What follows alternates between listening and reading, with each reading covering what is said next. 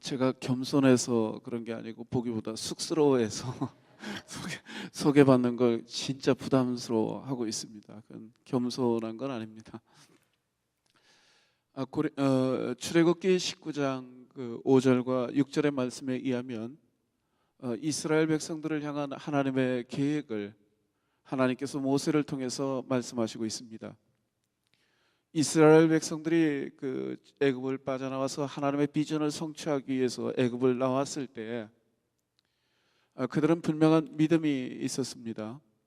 순간순간 어려움을 겪을 때마다 마음이 변질되기도 했지만 하나님을 향해서 원망하기도 했고 지도자들을 향해서 원망하기도 했지만 그러나 그들이 출발할 때는 분명한 믿음이 있었습니다. 하나님을 향한 신뢰감이 있었고 자기들을 향한 하나님의 성취가 하나님의 비전들이 온전히 성취될 거라고 하는 믿음이 있었습니다. 여러분은 그리스도를 개인적으로 만났을 때 하나님께서 여러분을 향해서 건네주신 그 약속의 말씀, 하나님의 계획의 말씀을 듣지 못하셨습니까? 그 말씀을 지금도 혹시 들었다면 간직하고 있습니까?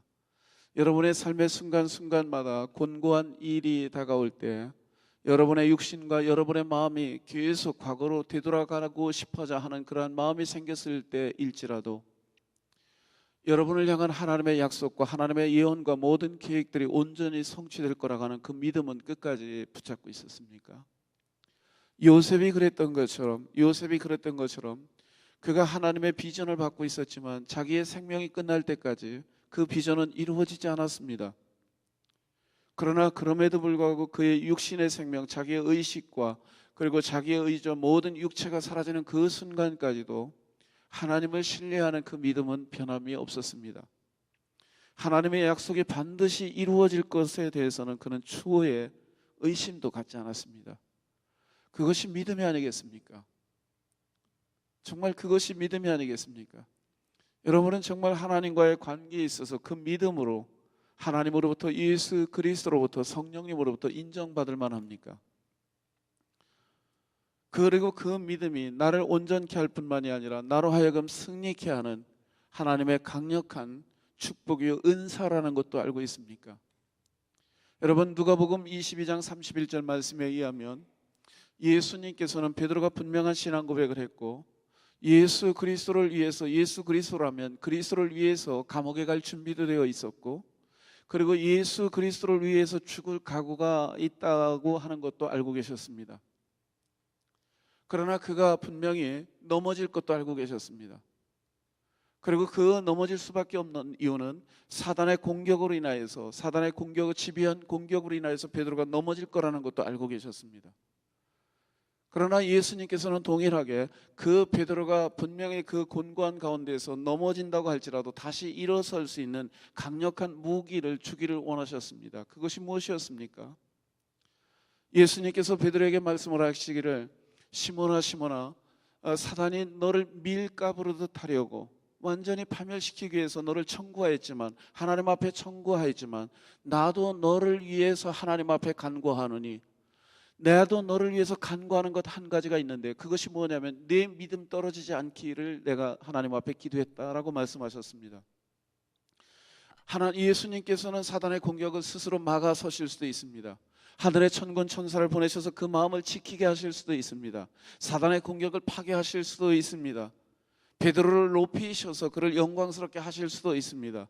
그 어떤 대적으로부터 사단의 유혹과 사단의 공격으로부터 그를 안전하게 보호할 뿐만이 아니라 어느 누구보다도 강력한 영적 군사로 만드실 수도 있었습니다.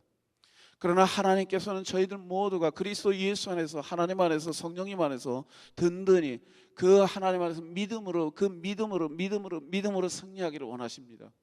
하나님의 살아계심에 대한 믿음, 그분의 약속이 신실하다고 하는 그 믿음, 그분의 말씀은 반드시 내게 이루어질 거라고 하는 그 믿음이 사단의 공격으로부터 저희를 방어할 뿐만이 아니라 설령 내가 넘어졌다고 할지라도 나를 든든하게 세우게 하고 다시금 새로운 삶, 새로운 믿음의 삶을 살 수 있게 하는 원동력이 된다라고 하는 것을 예수님은 알고 계셨습니다.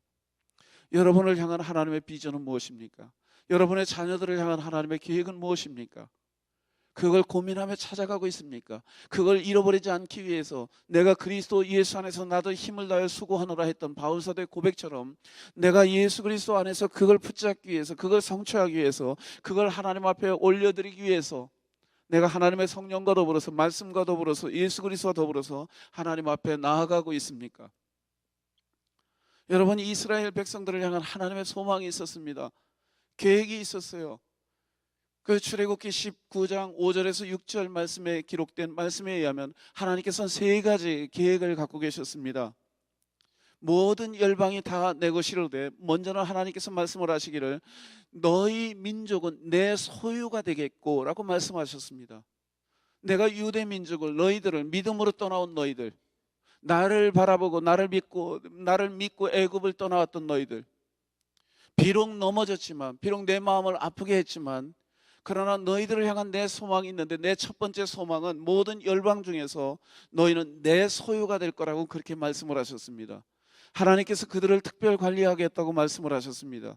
모든 민족 가운데 내 소유가 될 거라고 말씀을 하셨습니다. 그리고 하나님께서 두 번째 그들을 향해 소망을 말씀을 하셨는데, 너희는 그 모든 민족들 가운데 너희는 내게 대하여서 제사장 나라가 될 거라고 말씀하셨습니다. 너희는 제사장 나라가 될 거다. 여러분, 제사장의 기능은 무엇이었습니까? 성도들을, 우리로 말하면 성도들을 하나님 앞에 예배자로 나아가게끔 인도하는 그러한 역할을 하는 사람들 아니었습니까? 하나님과 교제를 나눌 수 있도록 도와주는 역할을, 이끌어주는 그러한 역할을 하지 않았습니까? 하나님께서는 그들을 제사장 나라로 삼으시겠다고 말씀하셨습니다. 단순한 제사장의 나라가 아니라 그들을 통해서 그 제사장의 역할을 통해서 그리스도를 알지 못하는 사람들이 그리스도를 알게 하고, 그리스도를 알았던 사람들이 하나님 앞에 예배자로 들어설 수 있도록 그들을 이끌어주는 역할을 하는 제사장 나라로 삼으시겠다고 말씀을 하시고 있습니다. 그리고 하나님께서 세 번째 소망을 그들에게 말씀하셨는데, 너희는 거룩한 백성이 되게 할 거라고 말씀하셨습니다. 여러분, 거룩한 백성은 무엇입니까? 내가 하나님의 백성이라고 할지라도, 분명한 것은 내가 하나님의 백성이라고 할지라도 내가 죄와 허물을 품고 있을 때는 저희는 하나님과 교제를 나눌 수가 없습니다. 여러분이 여러분의 삶에 있어서 가장 두려워하는 내용은, 그 주제는 어떤 것입니까? 세상 사람들처럼 직업으로 인하여서, 물질로 인하여서, 건강이 여러분에게서 가장 두려운 대상이 되고 있지는 않습니까? 하나님과의 교제의 단절, 이 부분에 대해서 무서워하고 있습니까? 정말 하나님께서 내게 주신 그 기쁨, 내게 하나님께서 주신, 하나님과 교제를 나눌 때 내게 허락하신 그 평강과 그 자유함과 그 내 안에 주신 그 하나님의 그 권세들, 교제의 단절로 인해서 그 상실됨을 두려워하고 있지는 않습니까? 여러분, 이 세 가지의 소망을 하나님께서는 이스라엘 백성들에게 허락을 하셨습니다. 내가 너희를 그렇게 세울 거라고 말씀하셨습니다. 모세를 통해서 하나님께서 말씀하게 하셨습니다. 여러분, 하나님께서 왜 모세를 사용하셨다고 생각을 하십니까? 성경에 기록되는 말씀에 의하면 모세는 하나님께서 이르신 그 말을 그대로 전했습니다. 그가 하나님의 장막을 지을 때 여호와께서 말하신 대로 모세는 그대로 행하였더라. 여호와께서 말하신 대로 모세는 그대로 행하였더라. 여호와께서 말씀하신 대로 모세는 그대로 행하였더라라고 하는 그 말씀이 계속 반복되어 있습니다. 여러분, 성경은 하나님께서 우리에게 말씀하신 것을 더하지 말라고 말씀하십니다. 또한 감하지 말라고 말씀하십니다. 하나님께서 각 사람에게 주신 그 말씀대로, 또는 내 믿음의 분량대로, 로마서의 말씀에 의하면 내 믿음의 분량대로 하나님 앞에 나아가면 된다고 말씀을 합니다. 저는 이 말씀이 우리에게 얼마나 큰 위로가 되는 말씀인지 잘 알고 있습니다. 우리는 필요 이상으로 내 믿음의 수준을 높이려 하는 경향이 있습니다. 정말 하나님 때문에 그렇습니까? 사람에게 보이기 위해서 그럴 때가 얼마나 많이 있습니까? 그러나 하나님께서 내게 원하시는 모습, 내가 예배자로 나아갈 때 하나님께서 내게 원하시는 모습은 내 모습 그대로 나아오기를 원하십니다. 내 신앙 수준 이상도 아니고 내 신앙 수준 이하도 아니고, 내게 주신 그 믿음의 분량대로, 내게 주신 그 은혜의 분량대로 있는 모습 그대로 하나님 앞에 나아가오기를 원하십니다. 나는 하나님 앞에 나아갈 때마다 그 심정으로 나아가기를 원하고 있습니까? 그 심정이 있습니까? 내가 하나님부터 나 스스로를 더 높일 때, 오히려 또한 나 스스로보다, 내게 주신 은혜보다 나 스스로를 낮출 때에 그것이 하나님과의 교제에 있어서 걸림돌이 되고 걸리적거리는 것을 알고 있습니까? 정말 내 모습 이대로 그 하나님 앞에 나아가고 있습니까? 여러분, 모세에게는 그 마음이 있었습니다. 하나님이 주신 그 말대로 전하고 하나님이 원하시는 것을 행했고 하나님이 원하시는 그 생각들을 했고 오직 하나님 앞에 충성되어 나아가려고 하는 그 모습이 있었습니다. 여러분, 이 하나님께서 이스라엘 백성들을 향해서 갖고 계셨던 그 소망은 바로 오늘 본문의 말씀에서 보면 성취되어 된 것을 저희가 보게 됩니다. 베드로전서 2장 9절의 말씀에 의하면 오직 너희는 택하신 족속이요 왕같은 제사장이요 그의 소유된 나라요 그의 거룩한 백성이라고 그렇게 말씀을 하고 있습니다. 출애굽기 19장 5절과 6절에 기록된 그 모든 말씀들이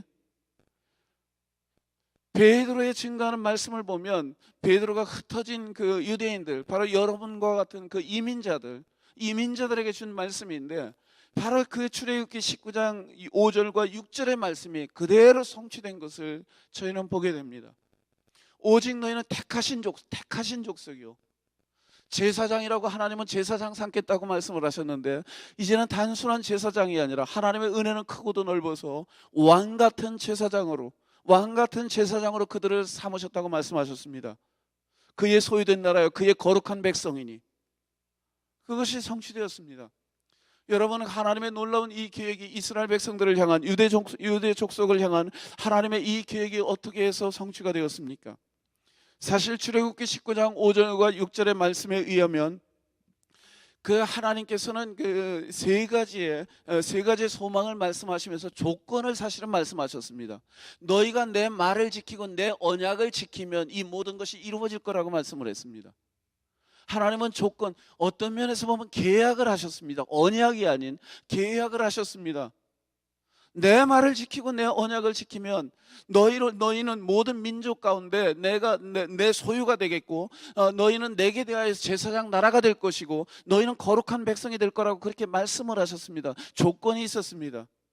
그러나 이스라엘 백성들이 그 조건을 성취했기 때문에, 이행했기 때문에 하나님께서 그것을 이루셨습니까? 저희는 하나하나 되돌아보면 저희가 하나님 앞에 온전히 나아갈 수 없음을 얼마나 이 성경의 말씀을 통해서 얼마나 많이 깨닫고 있습니까? 사실 이스라엘 백성들은 하나님의 계약에 의한다면 이 하나님께서 약속하신 모든 부분들을 성취할 그러한 자격이 하나도 없었지요. 그것은 저희들도 마찬가지입니다. 하나님께서 원하시는 바가 있었지만 그 조건을 이행할 때 내가 너희를 향한 이 세 가지의 계획을, 그 세 가지의 너희를 향한 그 계획들을, 그 약속들을 이룰 거라고 말씀하셨지만 그들의 계획을 이행했기 때문에 하나님께서 이 세 가지의 약속을 성취시킨 것은 아니었습니다. 저희는 은혜로 이스라엘 백성들은 은혜로 인하여서 하나님의 은혜로 인하여서 하나님께서 그들을 향한 계획 모든 것을 이루어진 것을 보게 됩니다. 여러분, 은혜는 무엇입니까? 은혜에 강력한 힘이 있다고 하는 것을 알고 있습니까? 은혜라는 것은 나를 받아들이는, 상대방을 받아들이는 수용성입니다. 있는 모습 그대로 받아주는 거죠. 내 연약함에도 불구하고, 상대방의 연약함에도 불구하고, 그리고 합당치 못함에도 불구하고, 계약에 있어서 제대로 성취하지 못했음에도 불구하고 그를 있는 모습 그대로 받아주는 수용성이, 그 넓은 마음이, 그것이 바로 은혜가 아니겠습니까? 너희가 그 은혜로 인하여 믿음으로 말미암아 구원을 얻었나니 이것이 너희에게서 난 것이 아니요 하나님으로부터 난 것이라. 그러므로 아무도 자랑치 못하게 하려 함이라. 성경은 그렇게 말하고 있지 않습니까? 우리는 왜 은혜라고 말할 수밖에 없습니까? 여러분, 성경 로마서 5장 8절 이후에 증거되는 말씀에 의하면 우리가 아직 죄인 되었을 때 그리스도께서 우리를 위하여 죽으심으로 우리를 향한 하나님의 사랑을, 자기의 사랑을 확증하셨다라고 말씀했습니다. 성경은 우리에게 분명히 말씀하고 있습니다. 경건한 사람, 의로운 사람을 위해서 대신 죽는 사람은 있을 수 있다고 그랬습니다. 그러나 성경이 우리에게 표현되고 표현하고 있는 저희를 향한 하나님의 은혜의 표현은 우리가 아직 죄인 되었을 때 내가 하나님 앞에 합당한 자가 아니라, 하나님 앞에 신실한 자가 아니라 하나님의 사랑만을 받을 만한 합당한 자격을 갖추고 있었기 때문이 아니라, 우리가 아직 죄인 되었을 때 그리스도께서 우리를 위하여 죽으심으로 우리를 향한 하나님께서 우리를 향한 자기의 사랑을 확증하셨다라고 말씀을 했습니다. 나는 그 사실을 알고 있습니까? 내가 풍성한 하나님의 풍성한 은혜 가운데 들어가 있는 것, 내가 하나님과 교제를 나누고 있는 것, 하나님께서 예비하신 모든 것 하나하나를 내가 베푸시는 그 모든 것도 혹시 내 공로에 의한 것이라고 착각하고 있지는 않습니까? 내가 그것을 받을 만한 합당한 자격이 있다고 착각하고 있지는 않습니까? 여러분, 저는 이 부분에 있어서 하나님께서 제게 분명히 가르쳐 주신 것이 있었습니다. 제게 하나님의 성령께서 임하시고 하나님의 성령께서 강권적으로 인도하실 때 한 번도 제가 생각하지 않았던, 원하지 않았던 그러한 길로 인도를 하셨습니다. 저는 부목이 은사라고 생각을 했었습니다. 정말 저는 부목이 은사라고 생각을 했어요. 그러나 하나님께서 저를 강권적으로 밀어내시고, 그리고 나서 제가 이제 교회를 사임하게 되고 저희 가정에서 기도하고 하나님 앞에 기도하며 교제를 나누는데, 저는 어떤 면에서 보면 영적으로 천국과 지옥을 하루에도 수차례씩 왔다 갔다 했습니다. 제가 기도를 할 때는 천국에 있는 것 같아요. 그렇게 기쁠 수가 없어요. 그렇게 감사할 수가 없어요. 거기에 하나님의 은혜가 있었습니다. 하나님의 평강이 있었습니다. 자유함이 있었습니다. 엄청난 행복이 있었습니다. 어느 것도 부럽지를 않았습니다. 그러나 맨정신으로 돌아와서 세상을 바라보면 그만큼 이 환경이 그렇게 암울할 수가 없었어요. 너무나도 비참했어요. 그리고 한 가정의 가장이었습니다. 어린아이 둘이 있었습니다. 아내가 있었습니다. 그런데 그때 아내가 교직에 있었거든요. 그런데 어느 순간에 제가 하나님 앞에 기도하기 시작을 했어요. 감사했어요. 왜냐하면 만약에 아내가 교직에 없었더라면 내 상황이 어땠을까? 끔찍했어요. 그러면서 참 감사했어요. 아내가 교직에 있는 게. 그러면서 제가 하나님 앞에 감사 기도를 하면서 이러한 기도를 드렸습니다. 하나님, 참 감사합니다. 이러한 불편한 환경 가운데서도 내가 마음을 지킬 수 있도록 이렇게 인도해 주셔서 감사하고, 하나님께서 이 때를 위해서 이렇게 예비하셨군요. 하나님께서 이 때를 위해서 이렇게 예비하셨네요. 아내도 그 가르치는 것을 좋아하고 즐기고 있었고 재미있어 하고 있었고 우리 아무런 문제가 없어요. 그래서 하나님 앞에 감사했습니다. 그런데 제가 하나님 앞에 한마디를 더 붙였습니다. 하나님, 제가 그래도 하나님 이렇게 예비하신 걸 보면 조금이라도 이쁜 그런 모습이 있었나 보죠. 제가 그렇게 기도를 했었어요. 즉각적으로 제게 응답이 왔습니다. 여러분, 즉각적으로 제게 응답이 왔는데 그때 말씀하신 그 말씀을 제가 잊을 수가 없어요. 여러분, 하나님으로부터 교육을 받을 때 여러분 스스로 이 성경을 통해서 내가 노력하며 하나님의 말씀을 통해서 하나님 앞에 가까이 나아가려고 하는 그런 노력도 필요하지만 최고의 교육은 하나님의 성령께서 나를 직접 가르치시게 하는 교육입니다. 하나님의 성령만큼 최고의 스승은 없습니다. 하나님의 성령께서 직접 여러분을 터치하시고 여러분에게 말씀을 주시고 여러분에게 깨우쳐 주시고 여러분을 인도하실 때 그것은 여러분의 삶 가운데서 떠나지를 않습니다. 우리의 영혼 가운데 들어올 뿐만이 아니라 하나님의 성령께서 개입하셨기 때문에 여러분이 하나님의 성령을 사모하기만 하면, 그 안에서 충만키만 하면 순간순간 필요할 때마다 그 가르치신 것을 생각나게 하고 떠오르게 하십니다. 예수 그리스도께서는 성령의 역사에 대해서 그렇게 말씀하셨습니다. 내가 너희에게 보혜사를 보내리니 또 다른 스승을 너희에게 보내리니 그가 오면 너희에게 대해서 죄와 의와 심판에 대해서 깨닫게 할 뿐만이 아니라 내가 너희에게 가르친 모든 것을 생각나게 하시리라 라고 말씀을 하셨습니다. 예수 그리스도께서 제자들을 가르칠 때 성령을 통해서 가르치셨습니다. 그 성령을 통해서 가르치셨고 성령을 통해서 우리에게 전해지신 것은 늘 성령께서 저희를 되새기게 하시고 그것을 기억나게 하시기에 그것만큼 탁월한 가르침은 없습니다. 저에게 즉각적으로 주신 말씀이 있었습니다. 너 착각하지 마라. 너는 이 부분이 해결되지 않으면 내게서 떠날 사람이다. 너는 경제적인 문제가 해결되지 않으면 내게서 떠날 사람이다. 그래서 내가 너를 배려한 거지, 네가 잘나서 내가 이 모든 것, 내 은혜를 받기에 합당하고 내 선물을 받기에 합당한 사람이라 내가 네게 줄 게 아니다. 저는 잊을 수가 없어요. 그리고 성령께서 가르치실 때에는 그건 거부할 수가 없어요.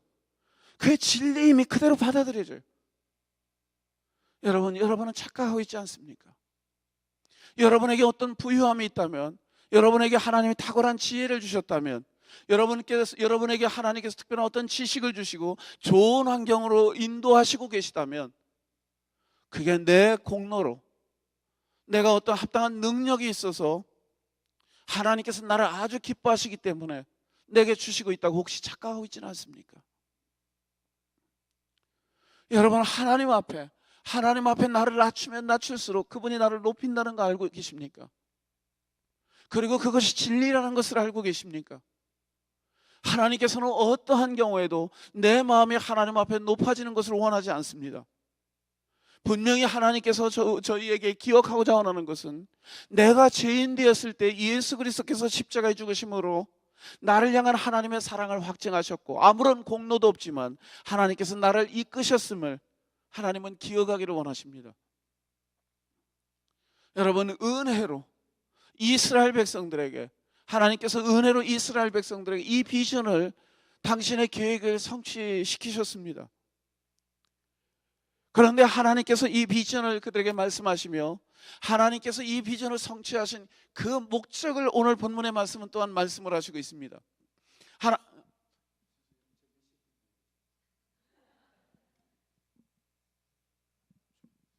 하나님께서 그들에게 말씀하신 그 목적은 무엇이었습니까? 오직 너희는 택하신 족속의 왕같은 제사장이요 그의 소유된 나라요 그의 거룩한 백성이니. 이는 목적이죠.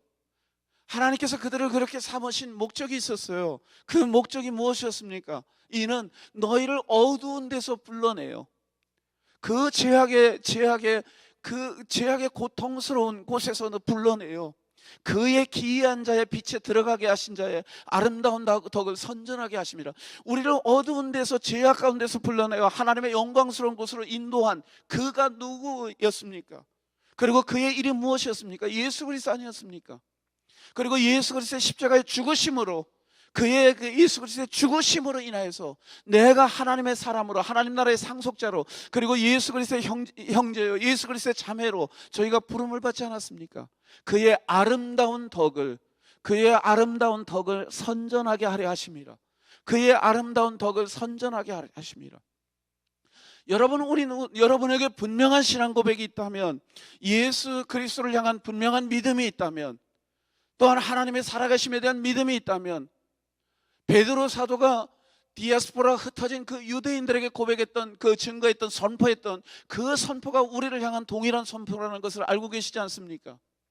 하나님은 나를 왕같은 제사장으로 삼으셨습니다. 그의 소유된 나라로 삼으셨습니다. 그의 거룩한 백성으로 삼으셨습니다. 그 목적은 무엇입니까? 이는 너희를 어두운 데서 불러내요 그의 기이한 자의 빛에 들어가게 하신 자의 아름다운 덕을 선전하게 하려 하심이라 라고 그렇게 말씀하고 있지 않습니까? 그것은 뭘 얘기하고 있습니까? 하나님께서는 제사장인 내가, 왕같은 제사장인 내가, 그리고 하나님 나라인 내가, 하나님 나라의 백성인 내가, 그리고 하나님의 아들인 내가, 예수 그리스도의 형제요 자매인 내가, 하나님 나라의 상속자인 내가 예수 그리스도의 증인이 되기를 원하고 있지 않습니까? 여러분, 예수 그리스도의 증인이 되기를 원하고 있습니다. 여러분, 사도행전 1장 8절의 말씀을 오늘 기도 시간에도 장로님께서 기도하셨습니다만 우리가 잘 알고 있지 않습니까? 오직 성령이 너희에게 임하시면 너희가 권능을 받고 예루살렘과 온 유대와 사마리아와 땅끝까지 이르러서 내 복음의 증인이 되라고 예수님께서 말씀하지 않으셨습니까? 여러분, 그 당시에 예수 그리스도의 제자들은 예수 그리스도를 증거하는 데 관심이 없었습니다. 그들이 관심이 있었던 것은 육적으로 로마의 통치로부터 해방되는 것을 생각을 하고 있었습니다. 바로 그러한 그들에게 하나님 나라의 우선순위, 하나님께서 원하시는 것을 말씀을 하셨는데 바로 그것이 예수 그리스도의 복음을 증거하는 것이라고 말씀하지 않으셨습니까? 마태복음 28장 18절에서 20절까지의 말씀에 증거되는 그 말씀은 어떤 내용을 소개하고 있습니까? 우리는 그것을 대명령이라고 이야기하죠. 그리고 예수 그리스도께서 하늘에 승천하시기 전에 마지막으로 우리에게 남기신 말씀이었습니다. 여러분, 마지막에 허튼 말을 남기는 사람이 있습니까? 마지막에 가치 없는 말을 남기는 사람이 있습니까? 내가 유언으로 내가 한마디만 하라고 할 때, 이 세 구절 정도 내 자녀들에게 남기라고 할 때 내가 소중히 여기지 않는 농담스러운 말을 남길 수가 있겠습니까? 예수님께서 말씀하십니다. 하늘과 땅의 모든 권세를 내게 주셨으니 그러므로 너희는 가서 모든 족속으로 제자를 삼아. 여러분, 하늘과 땅의 모든 권세를 예수님에게 주셨습니다. 예수님은 그 권세가 있었습니다. 예수님께서 말씀하실 때 그 권세가 있었기에 풍랑이는 바다를 향해서 명령하셨을 때 바람이 잔잔해졌고 바람이 그치고 풍랑이 잔잔해졌습니다. 예수 그리스도께서 권세가 있었기 때문에, 소유된 권세가 있으셨기에 귀신에게 명할 때에도 귀신이 잠잠해졌습니다. 예수님이 명하실 때 강건함에 그 권세가 있으셨기에 병자들이 치유함을 받았습니다. 새롭게 되었습니다. 그러나 예수 그리스도께서 하늘과 땅의 모든 권세를 받으셨음에도 불구하고 예수 그리스도를 끝까지 거부하는 존재들이 있었습니다. 사람들 아니었습니까? 사람들이 영접하지 않았습니다. 자기 땅이었습니다. 자기 백성이었습니다. 그러나 그들은 영접하지 않았습니다. 예수 그리스도께서는 당신에게 하나님께서 주신 모든 권세를 회복시키기를 원하셨습니다. 그 모든 일들을 바로 제자들을 통해서, 왕같은 제사장인 이 제자들을, 하나님 나라의 백성인, 하나님 나라인 그들을 통해서 이루기를 원하셨습니다. 하늘과 땅의 모든 권세를 내게 주셨으니 그러므로 너희는 가서 모든 족속으로 제자를 삼아서 아버지와 아들과 성령의 이름으로 세례를 주고 내가 너희에게 분부한 모든 것을 가르쳐 지키게 하라. 그러면서 그 다음에 어떤 약속을 하셨습니까? 볼지어다 내가 세상 끝날까지 너희와 항상 함께 있을 거라고 말씀하지 않으셨습니까? 여러분, 예수님께서 마가복음 5장 31절 이후에 5절 이후에 기록된 말씀에 의하면 제자를 부르신 세 가지의 목적이 있었습니다. 가장 먼저는 함께 있기를 원하셨다고 그랬어요. 정말 예수 그리스도께서, 하나님께서 우리를 이 자리에 초청한 것만큼 영광스러운 일은 없습니다. 하나님의 소망이 있습니다. 늘 저희와 함께 있기를 원하시죠. 이 예배를 통해서 교제를 나누기를 원하시죠. 예수님에게도 그 하나님의 마음이 있었습니다. 아버지의 마음이 있었습니다. 제자들을 부르신 이유가 먼저 자기와 그들과 함께 있기 위해서 그들을 부르셨다고 그랬습니다. 그리고 또 다른 목적이 무엇이 있었습니까? 보내사 전도하게 하시고 하나님 나라 일을 선포하게 하기 위해서 제자들을 부르셨다고 말씀하지 않으셨습니까? 여러분, 이 일들에 대해서 이건 예수 그리스도의 소망이었습니다. 하나님께서 그 비전, 이스라엘 백성들을 향해 갖고 있었던 그 비전을 성취한 목적, 그 이유이기도 했습니다. 너희를 어두운 데서 불러내요 그의 기이한 자의 빛에 들어가게 하신, 하나님 앞으로 인도하게 하신, 그리고 하나님 앞으로 그 빛으로 우리를 들어가게 하신 그 예수 그리스도의 아름다운 덕, 십자가의 복음, 십자가의 죽으심과 부활과 승천을 전하게 하기 위해서, 선전하게 하기 위해서 우리를 불렀다고 그랬습니다. 여러분, 하나님께서는 이 일들을 하나님께서 성취하신 이 부분에 대해서 그 바울 사도는 어떤 마음을 갖고 있었습니까? 여러분, 고린도전서 9장 16절 이후의 말씀에 의하면 내가 복음을 전할지라도 부득불 자랑할 것이 없으면 이 일은 내가 마땅히 해야 될 일이라고 했습니다. 그는 의무로 받아들였습니다. 여러분, 그는 의무로 받아들였어요. 물론 기쁨으로 감당했지만, 의무로 행하지 않았지만, 기쁨으로 감당했지만 이건 의무라고 그랬습니다. 선택의 여지가 없는 거죠. 의무로 받아들였습니다.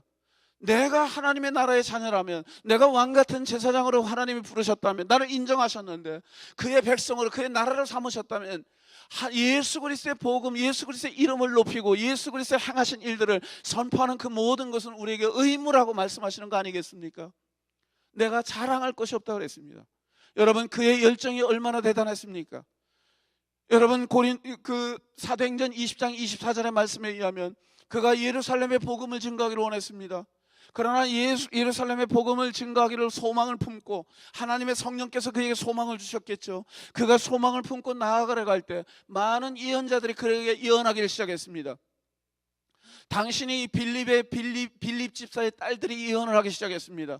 당신이 예루살렘에 가게 되면 하나님께서 내게 분명히 보여주신 것은 그곳에서 결박을 당하고 환난을 당하고 많은 고통을 겪게 될 겁니다. 또 다른 예언자들이 얘기했습니다.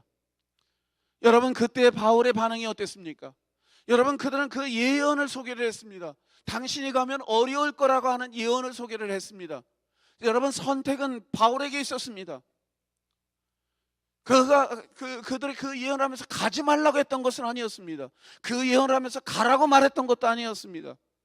그것은 하나님을 향한 바울의 태도, 복음을 향한 바울의 태도에 달려 있었습니다. 여러분 바울이 그때 어떠한 결단을 내렸습니까? 나의 달려갈 길과 내가 주 예수 그리스도로부터 받은 사명, 곧 은혜의 복음, 은혜의 복음이라고 얘기했습니다. 여러분 내 합당한 자격 때문에 얻어진 복음이 아닙니다. 하나님의 은혜로 인해서 받아진 그 복음을 증거하는 일을 마치려 하면은 내 생명을 조금 더 귀한 것으로 여기지 않겠다라고 그렇게 말하지 않았습니까? 나의 달려갈 길과 주 예수께로부터 받은 사명, 곧 은혜의 복음 증가하는 일을 마치려 하면 내 생명을 조금 더 귀한 것으로 여기지 않겠다. 그러면서 예루살렘으로 올라가지 않았습니까? 그는 고난을 피하게 해달라고 기도하지 않았습니다. 내게 고통을 줄 그 원수들을 막아달라고 기도하지 않았습니다. 여러분 우리는 우리의 신앙의 분량에 따라서, 하나님을 향한 내 사랑의 수준에 따라서 하나님을 다양한 모습으로 섬길 수가 있습니다. 그러나 하나님은 우리 이상을 요구하지는 않습니다. 내 수준 이상을 요구하지는 않습니다. 하나님께서는 오직 내 신앙의 분량대로만 하기를 원하십니다. 그 이상도 아니고 그 이하도 아니고, 훨씬 더 내가 믿음이 많다고 할지라도, 믿음이 깊다고 할지라도 그 수준만큼 하시지 않으면 하나님이 기뻐하시는 것은 아닙니다. 그러나 아무리 내가 신앙이 약하다고 할지라도 내 믿음만큼 한다면 그것은 하나님께서 우리를 기뻐하시지 않겠습니까? 여러분 우리는 어떻게 복음을 전합니까? 바울 사도는 고린도전서 5장에서 5장 21절 이후에서 이것에 대해서 증가하기를 전도에 미련한 것이라고 말씀하였습니다. 세상이 하나님의 지혜를 받지 못하는 거로 하나님께서는 전도에 미련한 것으로 복음을 전하게 하셨다. 예수 그리스도를 전하게 하셨다 그랬습니다. 전도라고 얘기했습니다. 여러분 우리는 전도에 익숙합니까? 여러분 얼마나 많은 교회들이 이 전도에 익숙하지 않은지 모릅니다. 정말 많은 분들이 그 삶을 통해서 전도해야 된다라는 말씀들을 많이 하고 있습니다. 예, 그것이 물론 맞습니다. 그러나 성경이 우리에게 말하고 있는 이 전도는 삶을 통한 전도도 있지만, 사실 성경이 우리에게 그렇게 말하고 있습니까? 내 입을 벌려 복음 전하는 것. 바울 사도도 이야기하기를 중보 기도를 부탁할 때마다 그가 부탁했던 모든 내용은 내가 입을 벌려 담대히 복음을 전하게 해달라고 그렇게 말하지 않았습니까? 하나님께서는 우리에게 그것을 원하시고 있습니다. 여러분 저는 오늘 이 시간의 말씀을 정리하기를 원합니다. 하나님께서 베드로 사도를 통해서 디아스포라가 흩어진 유대인들에게 주셨던 그 말씀은 우리들에게 주신 말씀과 동일하고, 그것은 선택사항은 아닙니다. 여러분 어떤 경우에도 그것은 선택사항이라고 말할 수는 없습니다. 예수 그리스도의 마지막 명령이 그랬습니다. 그리고 제자들의 삶을 통해서 우리에게 보여줍니다. 그리고 바울 사도의 증거처럼 이것은 선택사항이 아니고 의무사항입니다. 여러분은 의무를 감당하지 않을 때 얼마나 많은 불이익이 있습니까? 나라에도 의무가 있지 않습니까? 한국에서 4대 의무, 국방, 납세 의무, 국방의 의무, 교육의 의무, 또 다른 분명히 4대 의무가 있는데요. 이 의무를 제대로 감당하지 않으면 불이익을 겪지 않습니까? 저희도 하나님의 사람으로서 동일하지 않겠습니까? 근로의 의무. 여러분 저는 이 시간에 한 가지 오래된 거지만 이와 하나를 드리고 말씀을 마치고자 합니다. 여러분 예배자들에게 권합니다. 또한 지도자들에게 권합니다. 저희가 잘 알다시피 이스라엘과 이집트의 전쟁이 일어났었던 거 우리가 잘 알고 있습니다. 3차 3번까지 이렇게 전쟁이 일어났던 걸 잘 알고 있는데요, 그 전쟁이 일어났을 때 항상 늘 이스라엘이 승리를 했었어요. 그런데 그 전장 전략가들이, 분석가들이 전쟁을 지나고 난 다음에 분석하면서 좀 희한한 결과 하나를 발견했습니다. 보니까 그 지도자들의 사망률이 굉장히 달랐다고 그러죠. 이 전쟁을 통해서 많은 병사들이 세상을 떠났는데, 생명을 잃었는데, 그 순직을 했는데, 보니까 아랍 지역의 지도자들의 죽은 숫자하고 전사한 숫자하고 이스라엘의 지도자들, 특히 초급 장교들 전사한 숫자가 너무나도 달랐습니다. 그 비율에 의하면 이스라엘 군대의 지도자들이 엄청나게 많은 숫자가, 비율이 이 전쟁에서 세상을 떠났어요. 그런데 아랍 지역의 그 지도자들은 별로 그렇게 비교해 보면 너무할 정도로 그 순직한 사람이 없었습니다. 더 구체적으로 그들이 분석을 하면서 중요한 명령 체계를 발견했습니다. 그 이스라엘 백성들은, 이스라엘 군사가 아랍과 전쟁을 할 때마다 이 지도자들이 늘 그들에게 요청했던, 자기의 부하들에게 요청을 했던 것, 명령을 내렸던 것은 나를 따르라 했습니다. 나를 따르라. 이 이야기는 뭘 얘기합니까? 내가 앞에 가서 간다는 얘기 아니겠습니까? 나를 따르라고, 나를 따르라, 나를 따르라 합니다. 그들이 가장 맨 앞에서 적진을 향해서 나아가다 보니까 가장 많은 그 지도자들, 많은 수의 지도자들이 순직을 하게 된 거예요. 그런데 그 아랍의 책에는 나를 따르라는 단어가 별로 없고, 그들이 했던 명령은 돌격 앞으로였습니다. 나는 뒤에 있고 총 들고 뒤돌아오는 그 부하들은 다 쏴 죽이겠다고 하고, 군사들 자기 부하들을 앞세운 거예요. 자기 부하들을 앞세우고 자기들은 뒤에 있는 거예요. 언제든지 되돌아서 도망갈 그런 준비가 되어 있습니다. 죽을 각오가 아니라, 죽을 각오로 나를 따르라가 아니고, 언제든지 불리한 상황이 되면 도망갈 각오로 돌격 앞으로 그 명령을 내리고 그 전쟁에 임했습니다. 결과가 말하고 있지 않습니까? 여러분, 예수님께서 우리에게 원하시는 게 뭐였습니까? 나를 따라오너라 아니었습니까? 예수님께서 늘 우리에게 원하시는 것, 나를 따라오너라 했습니다. 저는 개인적으로 잊을 수가 없습니다. 그 예수님의 인도하심에 대해서 제가 힘들었을 때, 또 제가 하나님 앞에 불순종해서 하나님과 교제에 끊어졌을 때 저를 인도하시려고 했던 그 예수님의 모습을, 그 마음을 제가 잊을 수가 없습니다. 여러분, 하나님은 여러분들을 지도자로 세우셨고 예배자로 삼으셨습니다. 이 선교를 위해서 기도해 보십시오.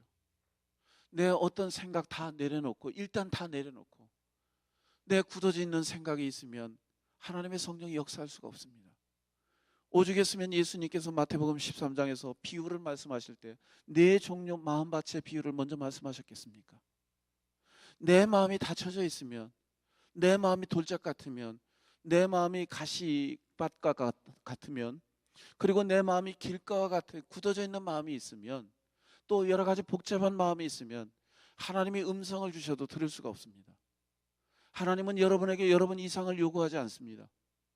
여러분에게 감당할 수 있는 은혜만 주시고, 감당할 수 있는 명령만 주시고, 말씀만 주십니다. 한번 내려놓고 기도해 보세요. 그래서 그분의 그 주시는 말씀을 한번 기다려 보세요. 그리고 그분이 말씀을 주실 때 그걸 점검해 보세요. 이것이 하나님으로부터 온 건지 아니면 내 생각인지. 그리고 하나님의 인도하심에 한번 따라 보세요. 그리고 하나님께서 여러분에게 마음을 주실 때 나를 따라오너라 하며 예수 그리스도 뒤에서 어느 누구보다도 한번 앞서서 달려가 보세요. 저는 이 일들을 통해서 여러분의 삶들이 그리스도 예수 안에서 하나님과 더더욱 가까워질 뿐만이 아니라 예수의 생명으로 충만하고 하나님의 성령께서 역사하시는 그 모든 부유케 하시는 부유함이 여러분의 삶 가운데 가득 찰 수 있기를 부탁을 드립니다.